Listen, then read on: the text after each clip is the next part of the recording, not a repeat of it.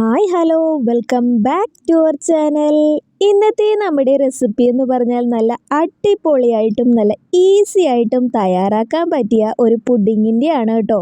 വളരെ കുറഞ്ഞ ചേരുവയിൽ വീട്ടിൽ തന്നെ നമുക്ക് തയ്യാറാക്കി എടുക്കാൻ പറ്റിയ ഒരു ഈസി പുഡിംഗ് ആണ്.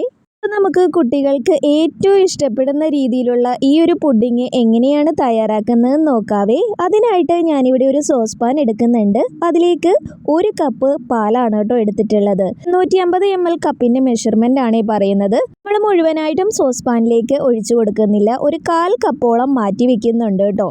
ഇനി ഈ ഒരു കപ്പിലാണ് നമ്മൾ കസ്റ്റർഡ് മിക്സ് തയ്യാറാക്കി എടുക്കുന്നത്.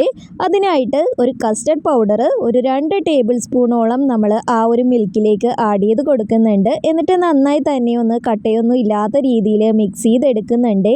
അപ്പോൾ നമ്മൾ ആദ്യം തന്നെ എടുത്ത ആ ഒരു മിൽക്കിലേക്ക് തന്നെ ഈ ഒരു കസ്റ്റർഡ് മിക്സ് ആഡ് ചെയ്ത് കഴിഞ്ഞാൽ അത് പെട്ടെന്ന് തന്നെ കട്ട കെട്ടാനായിട്ടുള്ള ഒരു ചാൻസ് ഉണ്ട്.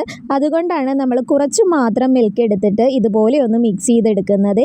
നമുക്ക് ആ കസ്റ്റർഡ് മിക്സ് സോസ് പാനിലുള്ള മിൽക്കിലേക്ക് ആഡ് ചെയ്ത് കൊടുക്കാം.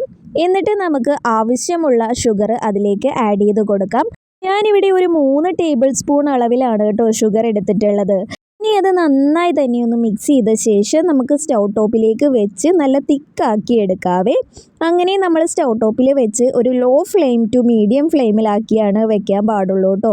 അതൊന്ന് ജസ്റ്റ് ഒന്ന് തിളച്ച ശേഷം നമുക്ക് മീഡിയം ഫ്ലെയിമിൽ നിന്നും ലോ ഫ്ലെയിമിലേക്ക് മാറ്റാവുന്നതാണ്. അപ്പോൾ നമ്മുടെ ആ ഒരു കസ്റ്റർഡ് മിക്സൊക്കെ നല്ലതുപോലെ ഒന്ന് കുറുകി വരണം കേട്ടോ. നമ്മൾ ഈ ഒരു മിക്സ് സ്റ്റൗ ടോപ്പിൽ വെച്ച് കഴിഞ്ഞാൽ നന്നായി തന്നെ മിക്സ് ചെയ്ത് കൊടുക്കണേ, അല്ലെങ്കിൽ അത് കട്ട കെട്ടാനായിട്ടുള്ള ചാൻസ് ഉണ്ട്. അതുകൊണ്ട് കൈ വിടാതെ തന്നെ ആ ഒരു കറക്റ്റ് കൺസിസ്റ്റൻസിയിൽ എത്തുന്നത് വരെ മിക്സ് ചെയ്തെടുക്കാം കേട്ടോ. അപ്പോൾ ഇതുവരെയും എൻ്റെ ചാനൽ സബ്സ്ക്രൈബ് ചെയ്യാതെ വീഡിയോ കാണുന്നവരുണ്ടെങ്കിൽ സബ്സ്ക്രൈബ് ചെയ്യാനും കൂടെ ആ ഒരു ബെൽ ബട്ടൺ അമർത്താനും മറക്കല്ലേ. അങ്ങനെയെങ്കിൽ മാത്രമേ ഞാനിടുന്ന വീഡിയോസിൻ്റെ നോട്ടിഫിക്കേഷനൊക്കെ നിങ്ങൾക്ക് കിട്ടുള്ളൂ കേട്ടോ.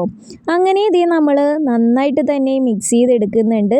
ഏകദേശമൊക്കെ ഒന്ന് തിക്കായിട്ട് വരുമ്പോഴേക്കും നമ്മൾ അതിലേക്ക് ഒരു 2-3 ഡ്രോപ്സോളം വാനില എസൻസ് ആഡ് ചെയ്തിട്ട് ഒന്നുകൂടി ഒന്ന് മിക്സ് ചെയ്തെടുക്കുന്നുണ്ട് കേട്ടോ. ഈ ഒരു പാനിൽ നിന്നൊക്കെ നന്നായി ഒന്ന് വിട്ട് വരുന്ന രീതിയിലാണ് കേട്ടോ ഈ ഒരു കൺസിസ്റ്റൻസി. ഇപ്പോൾ ഇതേ നമ്മുടെ മിക്സൊക്കെ നല്ലതുപോലെ ഒന്ന് വെന്ത് നന്നായി തന്നെ ആ ഒരു നോൺ സ്റ്റിക്ക് പാനിൽ നിന്നും വിട്ട് വരുന്നുണ്ട്. ഈ ഒരു കൺസിസ്റ്റൻസിയിൽ വേണം കേട്ടോ നമ്മുടെ പുഡിങ്ങിൻ്റെ ആ ഒരു ബാറ്റർ ഇരിക്കാനായിട്ട്.